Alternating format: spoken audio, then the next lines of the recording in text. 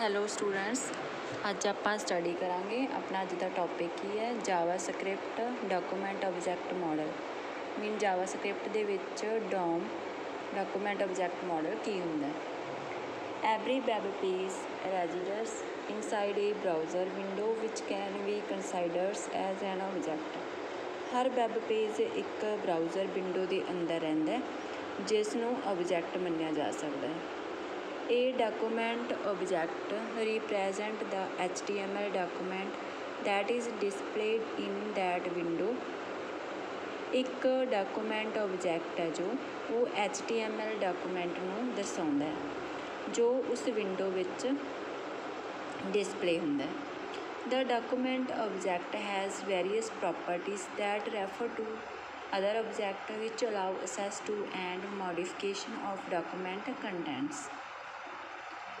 Document object ਵਿੱਚ ਕਈ ਵਿਸ਼ੇਸ਼ਤਾਵਾਂ ਹਨ ਜੋ ਹੋਰ ਵਸਤੂਆਂ ਦਾ ਹਵਾਲਾ ਦਿੰਦੀਆਂ ਜੋ ਦਸਤਾਵੇਜ਼ ਜਾਂ ਡਾਕੂਮੈਂਟ ਦੀ ਸਮੱਗਰੀ ਤੱਕ ਪਹੁੰਚ ਅਤੇ ਸੋਧ ਦੀ ਆਗਿਆ ਦਿੰਦੀਆਂ। The way a document content is accessed and modified is called the document object model or DOM। ਕਹਿੰਦੇ ਡਾਕੂਮੈਂਟ ਨਾਲ ਡਾਕੂਮੈਂਟ ਦੀ ਜੋ ਸਮੱਗਰੀ ਹੈ ਉਦੋਂ ਤੱਕ ਪਹੁੰਚ ਅਤੇ ਸੋਧ ਨੂੰ ਡਾਕੂਮੈਂਟ ਆਬਜੈਕਟ ਮਾਡਲ ਜਾਂ ਡੋਮ ਕਿਹਾ ਜਾਂਦਾ ਹੈ। The objects are organized in a hierarchy।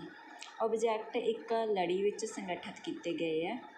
This hierarchical structure applies to the organizations of object in a web documents।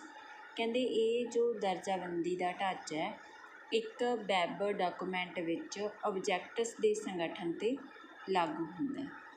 ਇਹਦੇ ਵਿੱਚ ਫਸਟ ਕੀ ਹੈ? Window object. Top of the hierarchy it is the outermost element of the object hierarchy. ਕਹਿੰਦੇ ਜੋ window object ਹੈ ਇਹ ਲੜੀ ਦੇ ਸਿਖਰ, ਇਹ ਵਸਤੂ ਦੀ ਲੜੀ ਦਾ ਸਭ ਤੋਂ ਬਾਹਰਲਾ ਤੱਤ ਹੁੰਦਾ ਹੈ। ਸੈਕਿੰਡ ਆ ਜਾਂਦਾ ਹੈ ਡਾਕੂਮੈਂਟ ਆਬਜੈਕਟ।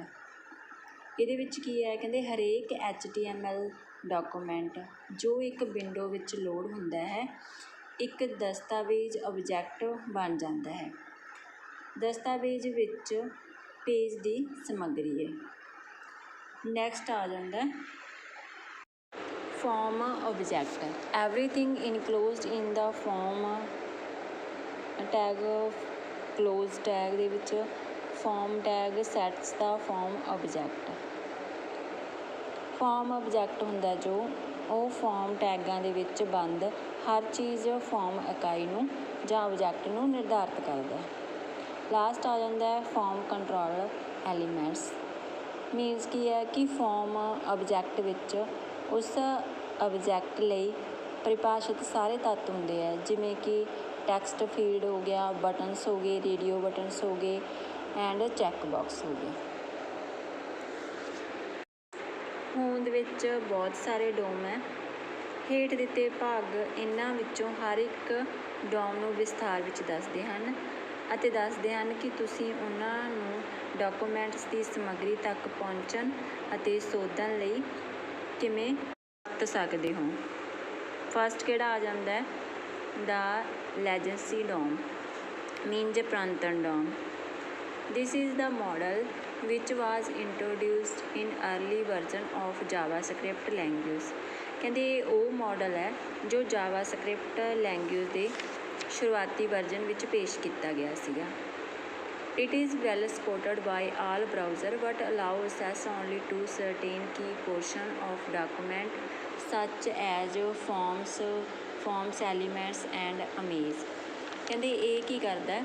ਸਾਰੇ ਬਰਾਊਜ਼ਰ ਦੁਆਰਾ ਚੰਗੀ ਤਰ੍ਹਾਂ ਸਮਰੱਥਿਤ ਹੈ ਪਰ ਇਹ ਸਿਰਫ ਡਾਕੂਮੈਂਟ ਦੇ ਕੁਝ ਪ੍ਰਮੁੱਖ ਹਿੱਸੇ ਜਿਵੇਂ ਕਿ ਫਾਰਮ ਹੋ ਗਿਆ, ਫਾਰਮ ਐਲੀਮੈਂਟਸ ਹੋ ਗਏ ਅਤੇ ਇਮੇਜਸ ਹੋ ਗਈ ਉਹਨਾਂ ਤੱਕ ਪਹੁੰਚ ਦੀ ਆਗਿਆ ਦਿੰਦਾ ਹੈ।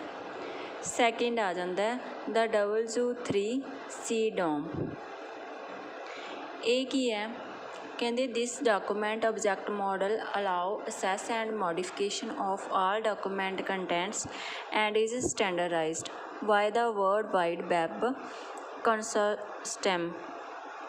This model is supported by almost all the modern browser।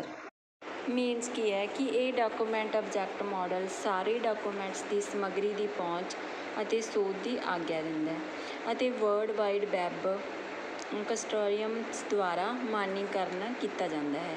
ਇਹ ਮਾਡਲ ਲਗਭਗ ਸਾਰੇ ਆਧੁਨਿਕ ਬਰਾਊਜ਼ਰਾਂ ਦੁਆਰਾ ਸਮਰਥਿਤ ਹੈ। ਨੈਕਸਟ ਆ ਜਾਂਦਾ ਦਾ IE4 DOM।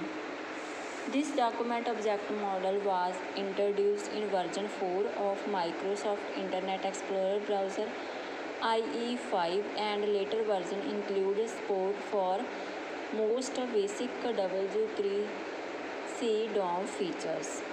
ਮੀਨਸ ਕੀ ਹੈ ਕਿ ਇਹ ਡਾਕੂਮੈਂਟ ਆਬਜੈਕਟ ਮਾਡਲ ਹੈ ਜਿਹੜਾ ਉਹ ਮਾਈਕਰੋਸਾਫਟ ਅਤੇ ਇੰਟਰਨੈਟ ਐਕਸਪਲੋਰਰ ਬਰਾਊਜ਼ਰ ਦੇ ਵਰਜਨ 4 ਵਿੱਚ ਪੇਸ਼ ਕੀਤਾ ਗਿਆ ਸੀ।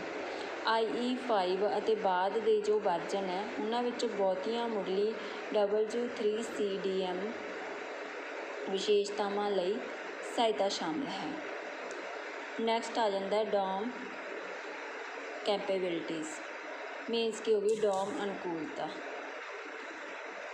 ਜੇ ਤੁਸੀਂ ਉਹਨਾਂ ਦੀ ਉਪਲਬਧਤਾ ਦੇ ਆਧਾਰ 'ਤੇ ਜਾਂ ਤਾਂ W3C DOM ਜਾਂ IE4 DOM ਦੀ ਵਰਤੋਂ ਲਈ ਲਚਕਤਾ ਨਾਲ ਇੱਕ ਸਕ੍ਰਿਪਟ ਲਿਖਣੀ ਚਾਹੁੰਦੇ ਹੋ ਤਾਂ ਤੁਸੀਂ ਕੀ ਕਰੋਗੇ, ਇੱਕ ਸਮਰੱਥਾ ਪਰਖਣ ਵਾਲੀ ਪਹੁੰਚ ਦੀ ਵਰਤੋਂ ਕਰ ਸਕਦੇ ਹੋ ਜੋ ਪਹਿਲਾਂ ਇਹ ਨਿਰਧਾਰਤ ਕਰਨ ਦੇ ਲਈ ਇੱਕ ਵਿਧੀ ਜਾਂ ਸੰਪਤੀ ਦੀ ਮੌਜੂਦਗੀ ਦੀ ਜਾਂਚ ਕਰਦੀ ਹੈ ਕਿ ਇਹ ਬਰਾਊਜ਼ਰ ਹੈ। ਸੋ ਸਟੂਡੈਂਟਸ, ਅੱਜ ਆਪਾਂ ਟੌਪਿਕ ਕੀਤਾ ਕਿ ਜਾਵਾਸਕ੍ਰਿਪਟ ਦੇ ਵਿੱਚ DOM ਕੀ ਹੁੰਦਾ ਹੈ। So thank you for watching.